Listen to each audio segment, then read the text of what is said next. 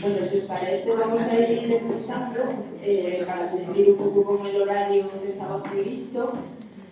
Ángel Alonso, que tendría que estar aquí con nosotros en esta mesa, tuvo un percance y iba a tardar un poco en llegar. Entonces voy a ser yo la que presente un poco la mesa, que sabéis que es la última mesa de las jornadas sobre el mundo árabe, conflictos, despolios y falsas soluciones, que organiza el Comité de Solidaridad con la Causa Árabe, junto con otras entidades.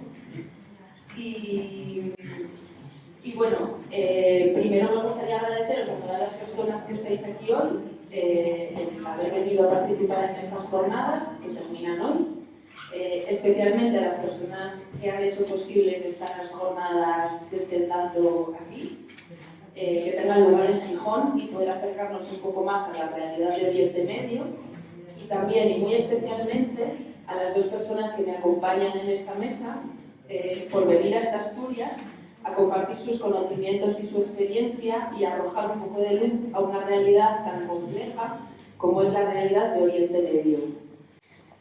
Oriente Medio es desde hace décadas una de las zonas del mundo más disputada, con más conflictos y guerras de alcance internacional. Países como Afganistán, Irak, Siria y desde hace 70 años Palestina han sido y siguen siendo víctimas tanto de ocupaciones por parte de las grandes potencias mundiales como de intervenciones crecientes de los estados de la zona que pretenden tener la hegemonía en la región: Israel, Arabia Saudí, Turquía. Y también es el escenario de movimientos independentistas como el movimiento kurdo o de organizaciones fundamentalistas como el ISIS. Hoy tenemos la oportunidad y la suerte de recibir información de excelencia de los dos ponentes que me acompañan en esta mesa. Ambos son profundos conocedores de la zona y personas muy comprometidas en la búsqueda de vías de solución. La primera persona que va a intervenir es Jesús Núñez Villaverde. Su ponencia lleva por título... Perdón, es que me lío un poco con el micrófono porque no os traía a pasar. Su ponencia lleva por título Competencia a varias bandas por el liderazgo en Oriente Medio.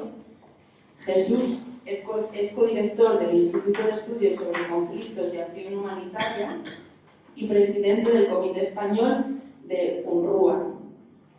Economista y militar en reservas, especialista en seguridad, construcción de la paz y prevención de conflictos, con atención especial al mundo árabe-musulmán. Y además es profesor de Relaciones Internacionales en la Universidad Pontificia de Comillas. Bueno, Jesús me comentaba que además es galego, pero que lleva mucho tiempo viviendo en Madrid. Y nada, os dejo con él, que es al que vinisteis a escuchar. Doy la palabra a Jesús. Muchas gracias, Irene. Buenas tardes. Un placer tener la oportunidad de participar en una actividad del Comité de Solidaridad con la Causa Árabe y dejarme enviar por Zafra para poder estar hoy una vez más en Gijón y hablando de estos temas. Más cerca.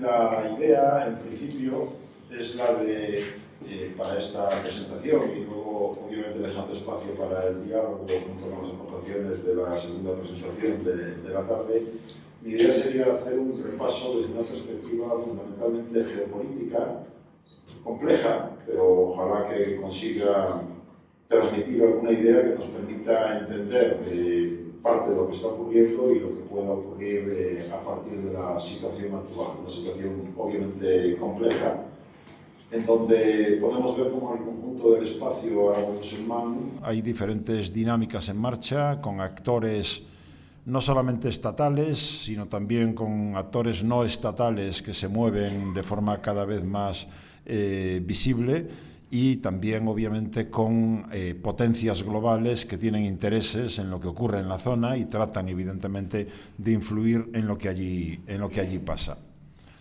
Si lo planteo en términos comparativos, una de las grandes diferencias desde mi punto de vista entre lo que ocurría el siglo pasado en el periodo de la Guerra Fría y lo que ocurre ahora, ya entonces estaba claro que había una competencia por el liderazgo en la región, con la participación de actores muy potentes.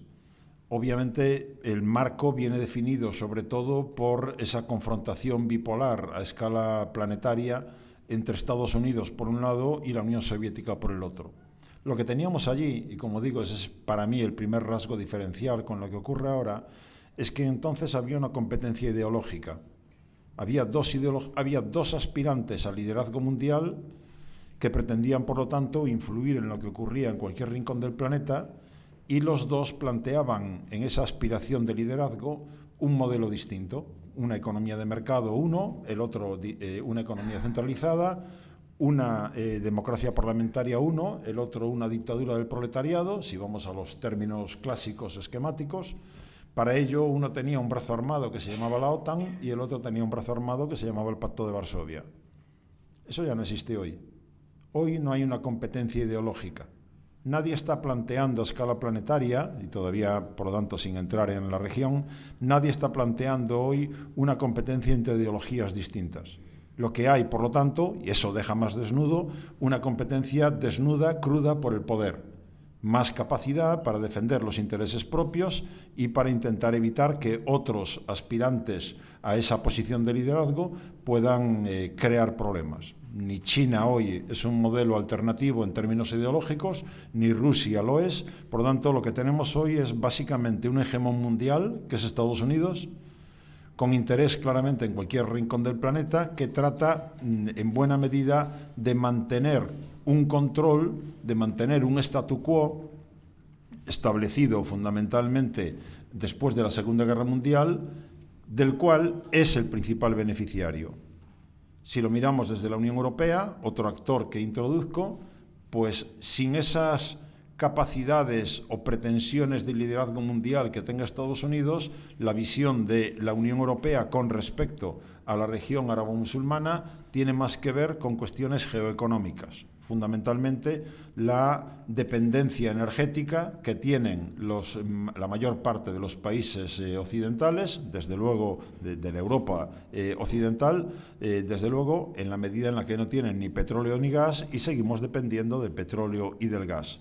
Y en la medida en la que 2/3 partes de ese petróleo y 2/3 partes de ese gas están ubicados fundamentalmente en esa zona donde los países árabo-musulmanes están localizados, me refiero a Magreb por un lado, Oriente Próximo por otro y Oriente Medio o el Golfo en tercer lugar, pues lo que vemos es que la Unión Europea se acerca también a la región en ese intento de garantizar su seguridad energética. Ese es el elemento fundamental, si tenemos que destacar uno solo, de lo que la Unión Europea busca por allí. Estados Unidos a eso le añade el intentar evitar que cualquier otro aspirante al liderazgo mundial pueda de algún modo ganar influencia en esa región y pueda, por lo tanto, debilitar su propio poder en ella.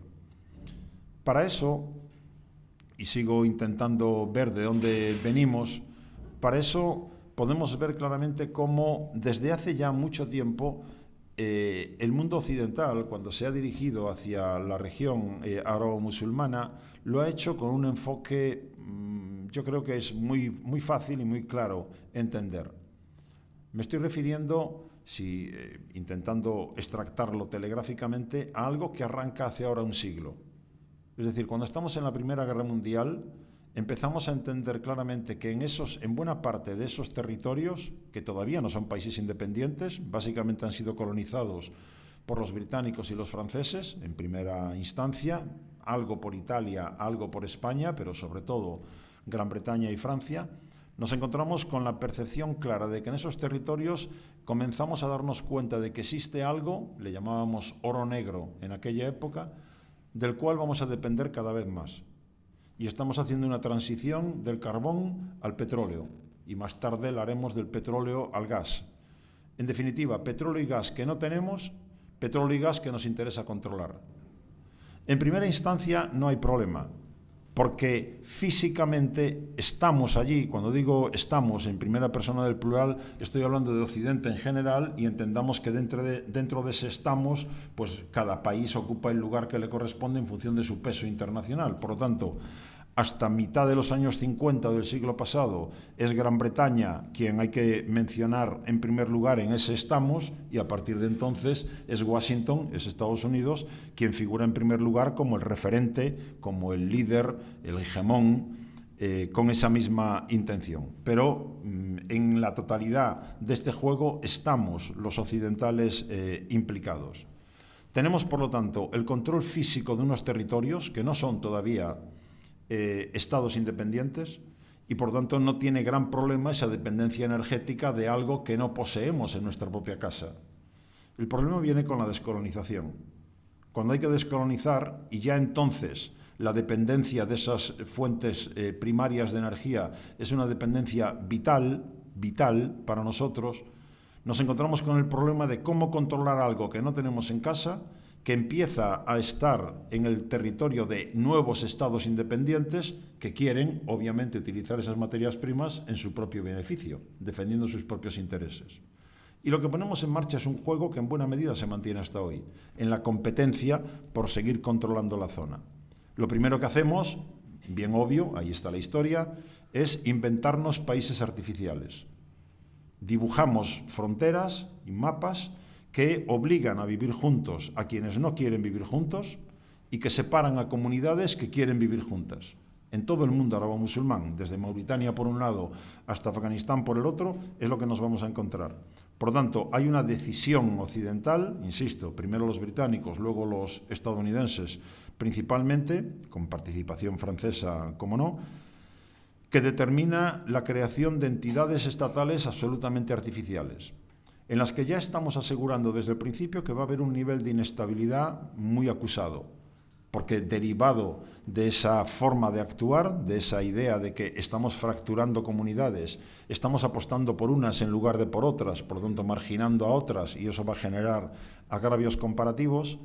Estamos separando a comunidades que quieren crear su propio Estado. Ahí están los pastunes queriendo crear Pastunistán, ahí están los baluchis queriendo crear Baluchistán, y así en otros lugares. Evidentemente eso ya garantiza un nivel de inestabilidad estructural considerable. En segundo lugar, vamos a poner al frente de esos países a gobernantes a los cuales le vamos a pedir apenas un par de cosas. Cuando digo poner, digo poner. O sea, cuando hablamos de Irán, cuando Irán era socio y aliado occidental, en un momento determinado, en el año 50, Mohamed Mossadegh gana las elecciones en Irán, es un individuo que quiere desarrollar a su país y para eso entiende que el petróleo que tiene Irán es un elemento importante y no se le ocurre otra cosa que nacionalizar el país, el petróleo. Cuando nacionaliza el petróleo, la CIA estadounidense, ya estamos en el año 53, pone en marcha un proyecto que elimina de la escena a Mossadegh y coloca en su lugar al Shah de Persia. Lo colocamos porque va a cumplir aquello que le vamos a pedir. Y lo mismo hemos hecho en tantos otros países de la zona, sin necesidad, en todos los casos, esto que estoy diciendo, sin necesidad de ponerlos físicamente. En otros casos nos basta ver qué líder surge de allí, de las dinámicas internas del país, y si ese líder que surge quiere jugar a nuestro juego, nos puede valer y lo convertimos en nuestro socio. Y así tenemos a un Gaddafi o a un Saddam Hussein o a un Mubarak o tantos otros que nadie puede extrañarse de que de repente descubramos que Gaddafi no era un demócrata, que Saddam Hussein mataba a los que se le oponían, como si no lo supiéramos, simplemente que a nosotros nos daba igual porque servía para nuestro juego. ¿Qué le hemos pedido a cambio a esos gobernantes a los que hemos convertido en aliados? Les hemos pedido, por un lado, que acepten su papel subordinado en el juego, los que ponen las reglas somos nosotros, y por tanto que no cuestionen el statu quo, y por otro lado le hemos pedido que tengan la capacidad suficiente para controlar cada uno su propio patio nacional, que no ocurra allí nada que pueda alterar significativamente el statu quo. Si cumplen con eso, ¿qué más nos da si violan o no violan derechos humanos? ¿Qué más nos da si son un poco más corruptos o un poco menos corruptos? Es decir, que lo sabemos sobradamente desde hace décadas. Pero en la medida que no afecte a esto que estoy diciendo y que no cuestione, por lo tanto, ese statu quo, nos sirven como socios y como aliados. Y de ese modo tenemos que reconocer que la cosa ha funcionado bastante bien hasta como mínimo el final del siglo pasado. Nos ha funcionado. Es decir, ni con las guerras árabe-israelíes, ni con el desafío que Saddam Hussein plantea en algún momento, nada de eso ha cuestionado realmente el que sigamos teniendo prácticamente garantizado el control de esos territorios y los suministros energéticos que vienen de ellos. Y cuando de vez en cuando algo ha alterado o apuntaba que iba a alterar ese statu quo, no hemos tenido ningún problema en acercarnos por allí con cara de pacificadores y utilizar con intervenciones militares nuestra fuerza para poder frenar determinadas dinámicas. De tal manera que cuando Saddam Hussein nos sirvió para poder echar abajo la revolución de Irán, cosa que no consiguió, 8 años de guerra, del año 80 al año 88, y 1 millón de muertos por cada lado, pues en aquel momento Saddam Hussein lo apoyamos desde Occidente, económica, militar y políticamente. Cuando el pequeño monstruo que habíamos criado empezó a tomar conciencia de su propio poder y quiso desarrollar su propia agenda, y por tanto se lanzó a por Kuwait, entendiendo que Kuwait es un invento británico que los iraquíes no aceptan y que ese territorio debe formar parte otra vez de Irak, entonces empezamos a entender que ese pequeño monstruo ya no lo teníamos bajo control. Y que si no lo parábamos en Kuwait, lo siguiente que iba a hacer era intentar echar abajo la monarquía saudí, donde está la 1/4 parte de todas las reservas mundiales de petróleo de este planeta. Por lo tanto, había que frenarle los pies.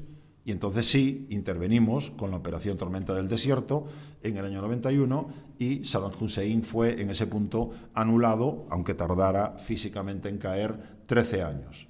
Luego, esa es básicamente la cuestión y esa es la manera en la que en competencia por el control de la zona los grandes jugaban este juego.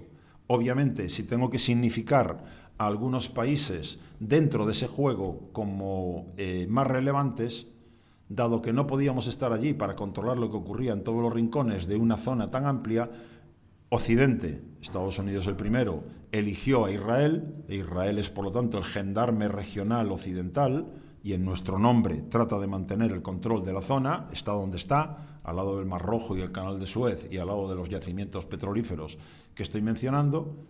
Elegimos a Arabia Saudí. Arabia Saudí es el principal actor en el mercado internacional del petróleo durante toda esa época y por lo tanto en la medida en la que quiera jugar a nuestro juego nos viene muy bien para intentar moderar los precios del petróleo y más o menos ha funcionado y por lo tanto hay que recordar siempre aquella entrevista entre el presidente Roosevelt y el rey Abdulaziz, el fundador de la Arabia Saudí moderna, a bordo de un portaaviones estadounidense en el Golfo en el año 45, donde se establece esa relación. Tú juegas el papel de moderador en los precios internacionales del petróleo y yo, Estados Unidos, protejo a la familia, no al país, a la monarquía saudí. Y así lo llevan haciendo hasta hoy, y por eso, cuando Arabia Saudí se siente amenazada por Saddam Hussein, es Estados Unidos quien acude a echarle una mano para evitar que se pueda ver desarbolada por la amenaza de ese nuevo, así se veía él a veces, de ese nuevo Nasser que quiere derrocar a las monarquías corruptas del Golfo, que es como él les llamaba, y utilizar esas riquezas a favor de la causa árabe, sin que quede muy claro qué significaba en su cabeza lo de la causa árabe. Por el otro lado, la Unión Soviética utilizaba fundamentalmente a Siria como su interlocutor privilegiado. Del mismo modo que Israel lo era para Estados Unidos, Siria lo era para Moscú. Una Siria que recibía donaciones ingentes de material militar que le permitía a Siria, si lo digo en términos de boxeo o de judo, jugar por encima de su peso. Siria por sí misma tiene un peso muy relativo en esta ecuación, pero con el respaldo militar fundamentalmente de la Unión Soviética se ha permitido durante mucho tiempo jugar ese papel de líder del frente de rechazo a la existencia de Israel, en la medida en la que detrás estaba Moscú, y por lo tanto vemos ahí alineamientos de grandes potencias que están jugando con actores locales en esa dinámica de ganar o perder zonas de influencia. Como digo, termina el siglo y el juego más o menos funcionó, visto desde Occidente. Hasta que surge, si doy un pequeño salto por no poder ir punto por punto, pero obviamente si luego hay oportunidad en el debate podemos volver sobre estas cuestiones, hasta que pasaría a otro escenario que nos sitúa con las, desde mi punto de vista, mal llamadas primaveras árabes o primavera árabe. No hay primavera árabe, no ha habido primavera árabe, no hay ninguna primavera árabe en la actualidad. Basta con un dato. Cuando pensemos en los árabes, pensemos que hay 22 estados árabes. Y si hacemos el recuento de en cuántos de ellos ha habido un cambio a mejor porque ha desaparecido el dictador de turno, pues solo ha pasado en Túnez, solo en Yemen, solo en Egipto y solo en Libia, en una primera tacada. Estamos ahora con Argelia y Sudán, que pueden continuar la lista. Si de esos 4 que he dicho recordamos que Libia es un no país, Yemen es un no país, Egipto está peor que estaba con Mubarak, nos queda Túnez como la única esperanza de que algo pueda ir adelante, no solo en un cambio de caras, sino en un cambio de régimen, y que ojalá ese cambio de régimen desemboque en un régimen democrático, con todas las particularidades que se quiera. Pero hasta hoy lo de primavera árabe queda demasiado ampuloso cuando lo comparamos con la realidad. En cualquier caso, trastoca, tiene el potencial de trastocar el statu quo, de esa competencia que se estaba desarrollando, o de esa tranquilidad una vez desaparecida la Unión Soviética. Obviamente no lo he mencionado, estamos hablando de primavera árabe y la Unión Soviética ya no está. No estamos ya, por lo tanto, en una competencia por el control entre los grandes por la zona. Parece que solamente queda Estados Unidos. La Unión Europea no tiene voluntad política para jugar como actor en el escenario internacional. Seguimos hoy todavía sin tener una voz propia. Por lo tanto, es Estados Unidos quien fundamentalmente cuenta. Con la alianza de gobiernos locales, para los cuales, obviamente, tanto para Estados Unidos como para el resto de Occidente, como para los gobiernos locales de esos países, eso tenemos que tenerlo también muy claro. No es que este cambio sea bueno y este cambio sea malo, no. Cualquier cambio es una mala noticia. Cualquier cambio para quien está gozando de los privilegios de un statu quo que a unos les permite llenarse los bolsillos con la corrupción y a otros les permite garantizar su seguridad energética, pues cualquier cambio es una mala noticia. ¿Para qué quiero cambiar si a mí me va bien? Y de repente la población de varios países del mundo árabe musulmán se moviliza. Problemas a la vista. Y por lo tanto, desde ese punto de vista, podemos ver cómo lo de la competencia, la rivalidad por el control, por el liderazgo de la región, adquiere nuevos perfiles, porque entran en juego con más fuerza otros actores. Obviamente, Estados Unidos y en general Occidente, ya digo, no desea ningún cambio, pero se ve atrapado en cierta medida en su propio juego. Llevamos mucho tiempo diciéndoles que a esas poblaciones que está bien eso de comer 3 veces al día, está bien eso de expresarse libremente, está bien eso de moverse libremente, está bien lo de tener unas elecciones realmente libres y poder elegir entre diferentes opciones. Y cuando esa población empieza a moverse en esa dirección y empezamos a ver los resultados, nos empieza a asustar. Recuerden Argelia, año 91. En Argelia, en el año 91, por primera vez en su historia hay unas elecciones libres y gana el Frente Islámico de Salvación. Para una vez que los argelinos le dejan decidir libremente, ganan los barbudos. Tenemos un problema. El 25 de enero del año 2006, en el territorio ocupado palestino, después de muchas presiones sobre Israel y sobre la autoridad palestina, se permite finalmente que el movimiento de resistencia islámica, Hamás, pueda participar en las elecciones. Y ese día los palestinos se levantan con el pie cambiado y le dan la victoria a Hamás.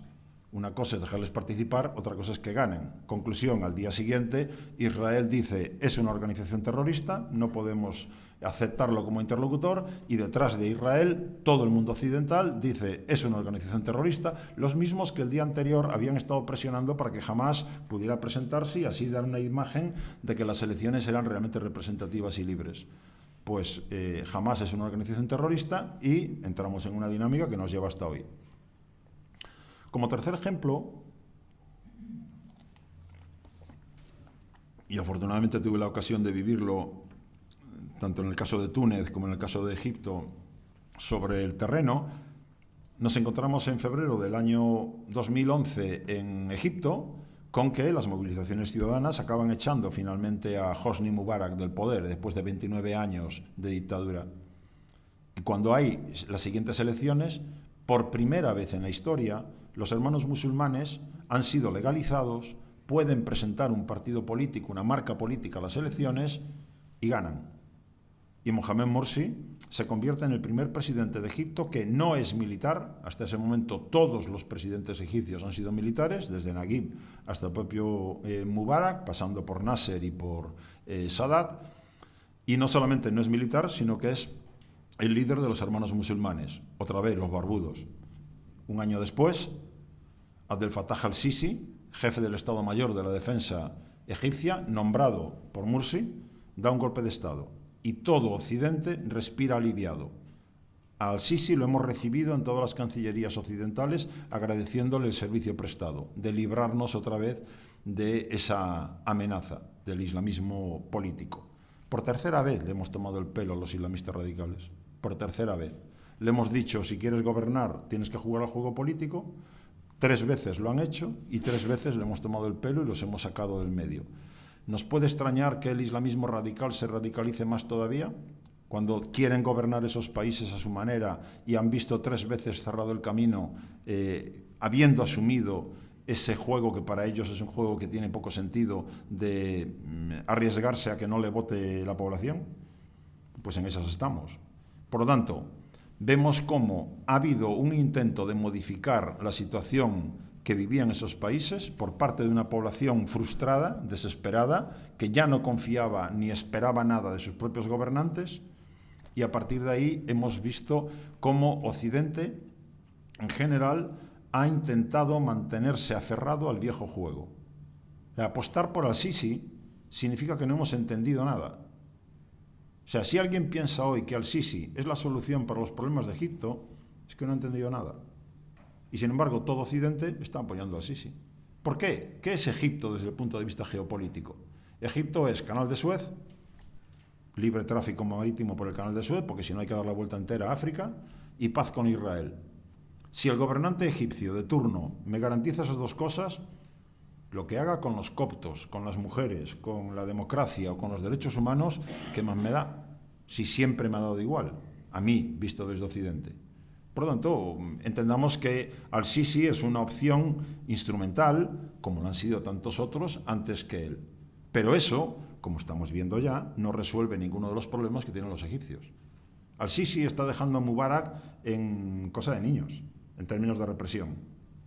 Al-Sisi se ha atrevido a decir que los hermanos musulmanes son una organización terrorista. Y detrás, ahora mismo Estados Unidos, el Estados Unidos de Trump, está valorando si denominar también organización terrorista a los hermanos musulmanes. Entendámoslo, hermanos musulmanes, egipcios sobre todo, que son el núcleo central de todo el islamismo político que hay en el planeta, no son 200 muchachos que se le ha calentado la cabeza y cometen actos violentos. Estamos hablando de millones de egipcios que votaron a favor de Morsi y lo convirtieron en jefe de Estado. Esa organización se puede declarar terrorista intentando eliminar cualquier huella del Islam político en un país de 100 millones de habitantes, del modo que lo está intentando al-Sisi. Pues según Occidente parece que sí, porque seguimos apostando por al-Sisi.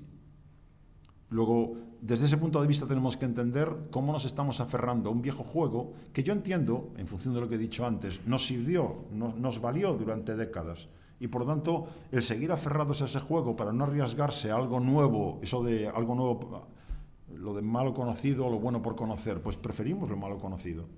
Porque lo bueno por conocer no sabemos a dónde nos lleva. Y dependemos vitalmente de unos países porque son fuentes de suministro y otros países porque son vías de tránsito, o bien terrestres por oleoductos o gasoductos, o bien marítimas, para que esas materias primas vitales para nosotros lleguen a nuestros puertos y a nuestras refinerías. Por lo tanto, estamos metidos en ese juego. Y aunque por un lado decimos promover la democracia y el respeto de los derechos humanos, cuando vemos que esas poblaciones actúan en esa línea, nos asusta porque eso puede provocar cambios que, si ocurre como esas 3 veces que he mencionado, nos puede llevar a interlocutores con los que no nos interesa entendernos en principio, porque los hemos dibujado como enemigos, como demonios vivientes a los cuales hay que eliminar. demonizar el Islam político es uno de los errores que hemos cometido durante estos últimos años. Bien, en ese contexto hay algo que todavía añade más problemas. De repente, por fin, Estados Unidos se encuentra, estoy hablando de Obama, se encuentra reconociendo que no hay manera de neutralizar a un Irán que pretende ser reconocido como un interlocutor importante en la región. Irán, 1979, deja de ser aliado occidental y pone en marcha una revolución dirigida por Ruhollah Khomeini, por el Ayatollah Khomeini, y desde ese momento Irán se convierte en el malo de la película. Ya no quiere jugar a nuestro juego, ya no quiere el papel que se le ha asignado en la película, quiere otro papel. Irán es un grande, Irán es Persia, y como grande quiere ser reconocido, y nadie le da cancha. Y por lo tanto Irán dice que pone en marcha un modelo revolucionario que va a intentar exportar a otros territorios de la zona, empezando por el Golfo, evidentemente, y eso lo identifica como un problema cada vez más importante. Un problema cada vez más importante que finalmente Obama entiende que no va a poder neutralizar nunca por vía militar. No solamente en el terreno convencional, en el que Irán no es un cualquiera, sino que además Irán ha ido desarrollando un programa nuclear que lo va acercando, sin haber llegado, lo va acercando a la posibilidad de hacerse con armas nucleares. Y finalmente, en junio del año 2015, se firma un acuerdo, el llamado Acuerdo Nuclear, donde Estados Unidos, China, Rusia, Francia, Gran Bretaña y Alemania se sientan a la mesa con Irán. Y se consigue un acuerdo que básicamente, si luego hay interés podemos entrar en más detalles, básicamente lo que hace es reintegrar a Irán al escenario internacional. Deja de ser un paria. De acuerdo, eres quien eres, vamos a empezar a contar contigo a partir de ahora, vas a poder vender el petróleo y el gas que quieres vender. Irán es el segundo país del mundo en reservas de gas y el tercero en reservas de petróleo, insisto, no es un cualquiera. Y tiene dos ejércitos, tiene el ejército que todos los países tienen y además tiene los Pasdarán, que es otras fuerzas armadas más operativas todavía que su propio ejército convencional. Tiene tan diseminado su programa nuclear que no hay forma de destruírselo de un solo golpe y por lo tanto sería necesaria una campaña militar prolongada, de meses como mínimo. En definitiva, no hay solución militar, pues tendrá que haber la diplomática. Y Obama entiende esa necesidad. ¿Por qué entiende Obama esa necesidad? Porque además, y ahora con Trump lo estamos viendo más acentuado, porque hay una tal China que empieza a asomar, hay una tal Rusia que está aprovechando que Estados Unidos está empantanado en la región para empezar a asomarse por otras regiones y por lo tanto Estados Unidos necesita retirarse del pantano en el que los ha metido la administración Bush hijo, Afganistán e Irak fundamentalmente, para tener margen de maniobra y libertad de acción para poder centrarse más en cosas más gordas como una China que aspira al liderazgo mundial y una Rusia que está aprovechando para volver otra vez a ese primer plano del escenario internacional. Y entiende que la única forma de hacerlo es con ese acuerdo. Eso pone a Arabia Saudí y a Israel que se suben por las paredes del nerviosismo que les entra. No solo porque Irán, como digo, no es un cualquiera, no, sobre todo porque eso hace generar la duda en Tel Aviv y en Riad de que Estados Unidos ya no es el garante de su seguridad y que a lo mejor los abandona. Y como los abandone, no tienen capacidades propias para hacer frente a dinámicas que le pueden complicar mucho la existencia. Por lo tanto, yo lo pondría en ese orden. El temor de que Estados Unidos, pero empezando a preocuparse más de China y Rusia, y también Obama, con la decisión de Obama de poner en marcha la explotación del fracking, por lo tanto, de convertir a Estados Unidos en el principal productor mundial de petróleo. Desde agosto del año 2015, Estados Unidos es el principal productor mundial de petróleo, por encima de Arabia Saudí, por encima de Rusia. Y por lo tanto, un Estados Unidos que ya no depende tanto de esas fuentes de suministro puede tener mayor margen de maniobra para empezar a ser un poco más coherente entre lo que dice y lo que hace, porque ya no está tan atrapado. Si a eso se le añade el desafío de China y el desafío de Rusia, se puede entender ese intento de salirse del pantano. En eso está Trump. Y cuando Trump hace el primer viaje a Riad, el primer viaje que hace Trump al exterior, cuando es nombrado presidente, es a Arabia Saudí. Supongo que habrán visto en algún momento alguna escena de ese viaje. La más llamativa fue la baila de los sables. Fue allí a bailar con los sables con los príncipes saudíes, pero además de eso fue muy claro a lo que iba, y lo estamos viendo ahora. El Estados Unidos de Trump le está diciendo a la región: no esperéis que Estados Unidos esté en primera línea resolviendo todos los problemillas que tengáis aquí en esta región. Antes que yo, tenéis que estar implicados vosotros, porque sois los principales interesados en que esto esté controlado. Para eso no quiere decir que yo me vaya, quiere decir que no esperéis que esté en primera línea para todo. Para eso, no os preocupéis, os voy a vender todas las armas que queráis y más. Y lo está haciendo. En ese mismo viaje firmó acuerdos por 100.000 millones de dólares, que se dice muy rápido, pero son 100.000 millones de dólares en ventas de armas. Gran Bretaña y Francia son los dos siguientes vendedores de armas a Arabia Saudí. Y en tercer lugar, y todos los derechos humanos que violéis y las barbaridades que hagáis, no os preocupéis, yo voy a mirar para otro lado, no es mi problema. Por lo tanto, esas son las tres condiciones, por llamarle condiciones, que establece Trump en su primera visita. Pero claro, en función de eso estamos viendo cómo Israel siente que ya no tiene el respaldo de Obama, y ahora con Trump está intentando recuperar como sea el terreno perdido. Recordáis, ahora Trump ha denunciado el acuerdo nuclear con Irán. Por lo tanto, Trump vuelve a convertir a Irán en el paria regional. Obviamente Netanyahu, Benjamin Netanyahu, el primer ministro hasta hoy israelí, eso le satisface, y lo mismo a la monarquía saudí, empezando por Mohammed bin Salman, el flamante príncipe heredero y ministro de defensa saudí. Luego, lo que vamos viendo es un alineamiento, una alianza, clara alianza entre Estados Unidos, Israel, que no es nada nuevo, lo traemos desde hace mucho, y Arabia Saudí, dirigida hacia Irán.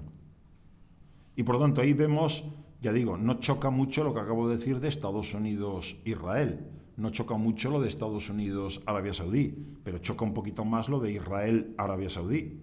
Es decir, cuando Arabia Saudí ya dice abiertamente que comprende los intereses de Israel, que está alineado con su visión de la región, lo cual significa, obviamente, que el tema de los palestinos está más que amortizado por su parte, más que olvidado por su parte, digo por la de los saudíes, en la medida en la que se alinea con Israel, y a eso podemos dedicar también más tiempo, con los añadidos, obviamente, que Safa nos pueda plantear, pues se va dibujando de forma cada vez más polarizada una situación en la que estamos ahora mismo, en la que Irán está bajo una presión enorme que lo que busca es el colapso del régimen. Es decir, la estrategia de Trump, con los añadidos de Israel y los añadidos de Arabia Saudí, añadidos que consisten, de vez en cuando matamos unos cuantos científicos nucleares para poder dificultar el programa nuclear, de vez en cuando metemos un virus informático en las centrifugadoras para que no puedan enriquecer uranio, de vez en cuando le damos apoyo a los baluchis o a los árabes que hay en Irán para que generen revueltas dentro y obliguen al régimen a tener que reprimir y controlar aquello, con lo cual vuelve a dañar su imagen, y en la medida que los entretienen eso, no pueden entretenerse en otras cosas. Todo eso, más algún petrolero por aquí. Ahora mismo el petrolero, habrán visto hace una semana un petrolero que cruzando el Mar Rojo ha recibido 2 impactos. ¿De dónde? Pues obviamente de Israel. ¿De dónde van a ser? Pero obviamente ni Israel lo reconoce, es una estrategia sostenida durante décadas, ni Irán está ahora en condiciones de responder militarmente a Israel. Por lo tanto, la tensión va aumentando. Nadie quiere la guerra. Ni Estados Unidos quiere la guerra, porque se quiere salir del pantano, ni Irán quiere la guerra, porque va a salir perdiendo y sufriendo. Pero en la medida que juegas con fuego, te acercas cada vez más a la posibilidad de que el fuego ya no lo controles y entremos en una historia en la que ninguno vaya a salir bien parado, evidentemente.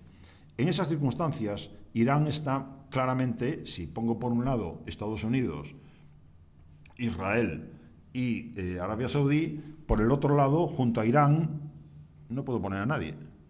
No tengo a nadie que realmente lo esté apoyando, más allá de que Rusia le echa una mano. Es decir, si busco más, entonces me doy cuenta de que la central nuclear de Bushehr, la única que hay en Irán, está hecha con tecnología rusa y que el combustible es ruso y que Rusia le ha vendido misiles antiaéreos S-400 a Irán. Sí, por lo tanto Rusia, evidentemente, de manera instrumental, está intentando colocarse cerca de Irán, pero no al mismo nivel que podemos decir entre Arabia Saudí y Estados Unidos. No está en ese nivel.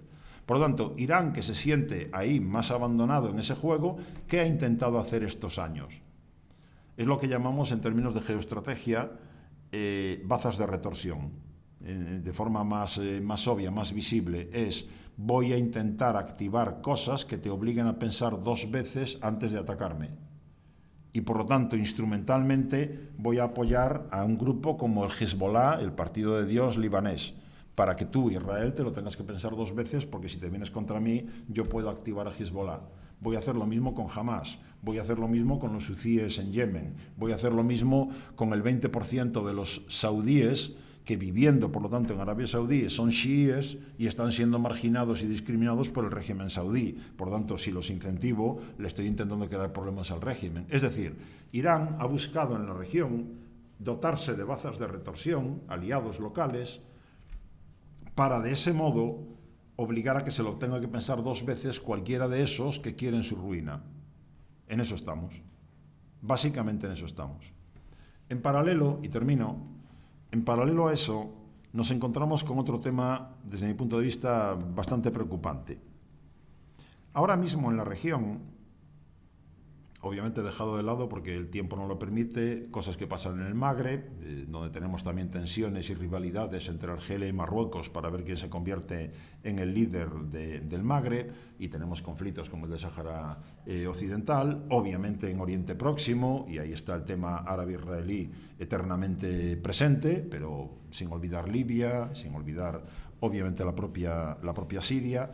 En fin, si me voy hacia ese punto central de este panorama, que es el Golfo, nos encontramos con que en cualquiera de esas 3 subregiones que acabo de mencionar, entiendo que simultáneamente se están dando hoy 2 dinámicas.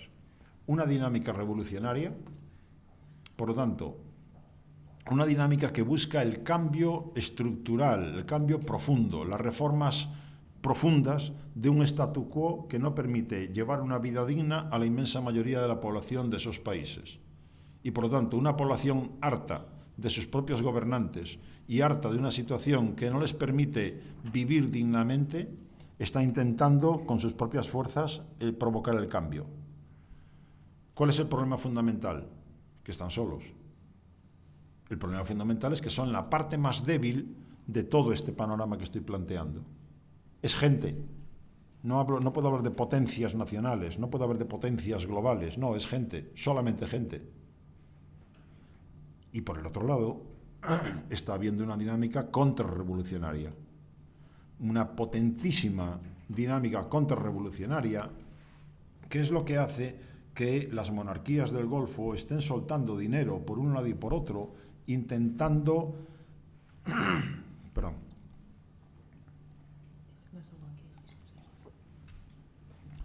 el apoyo al Sisi de Arabia Saudí, por ejemplo, y Emiratos Árabes Unidos es: estoy apoyando a uno de los míos que tiene unas circunstancias económicas muy complicadas en su país para que no se le venga abajo, porque si no, vuelven otra vez los hermanos musulmanes, vuelven otra vez el islamismo político a tener protagonismo, y es lo que menos deseo.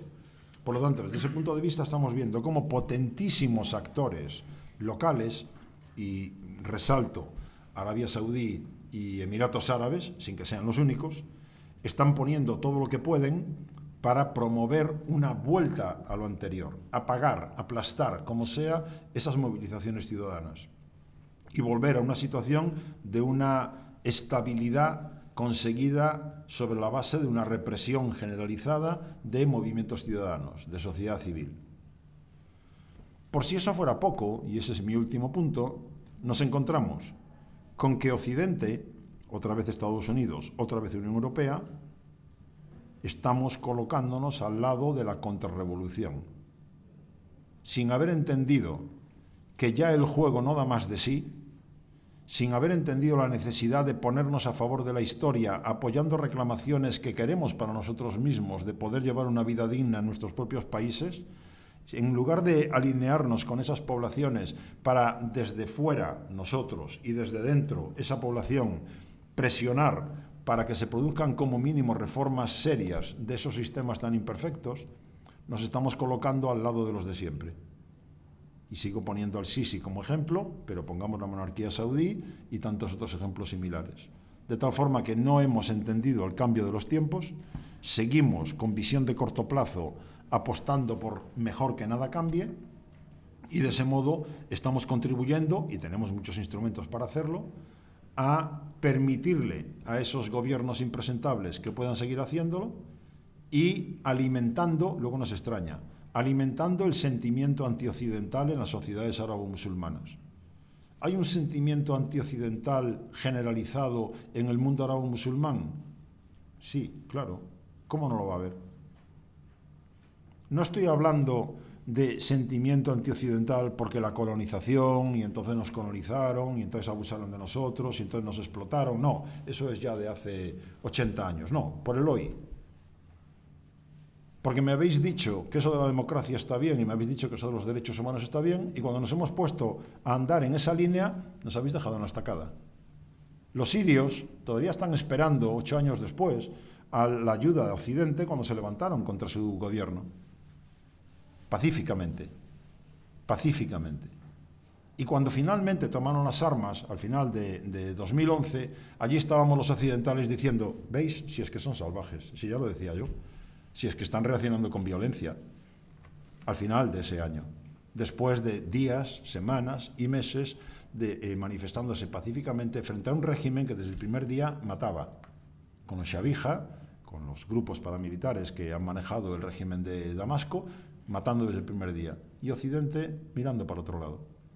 Y luego llega el Sisi y apoyamos al Sisi. Y hoy, en fin, es que no hace falta, es una de las ventajas que hay con Trump, no hace falta leer entre líneas. Trump acaba de llamarle hace 2 semanas al Sisi mi dictador favorito. Es mi dictador favorito. Pues ya está, lo dice él, no hace falta que se lo digamos nosotros. ¿De acuerdo? Por lo tanto, desde esa perspectiva tenemos que entender en dónde estamos y qué puede generar eso en la visión de un egipcio o de cualquier otro de estos países cuando dice, ¿y Occidente dónde está? Pues apoyándolos de siempre. Y por lo tanto, todo eso no lo estoy tratando en mi presentación. Si lo quisiéramos llevar al terrorismo yihadista, pues obviamente también tienen ahí un motor, un banderín de enganche importante contra ese Occidente que está del lado de los que no quieren cambios. En fin, un panorama, siento que lo que transmito no sea demasiado esplendoroso, demasiado positivo, pero yo creo que refleja esas dinámicas de competencia que obviamente están todavía en marcha. No estoy contando una película que haya terminado y todavía nos queda mucho por ver en la zona. Lo dejo aquí de momento, si les parece, y muchas gracias por la atención.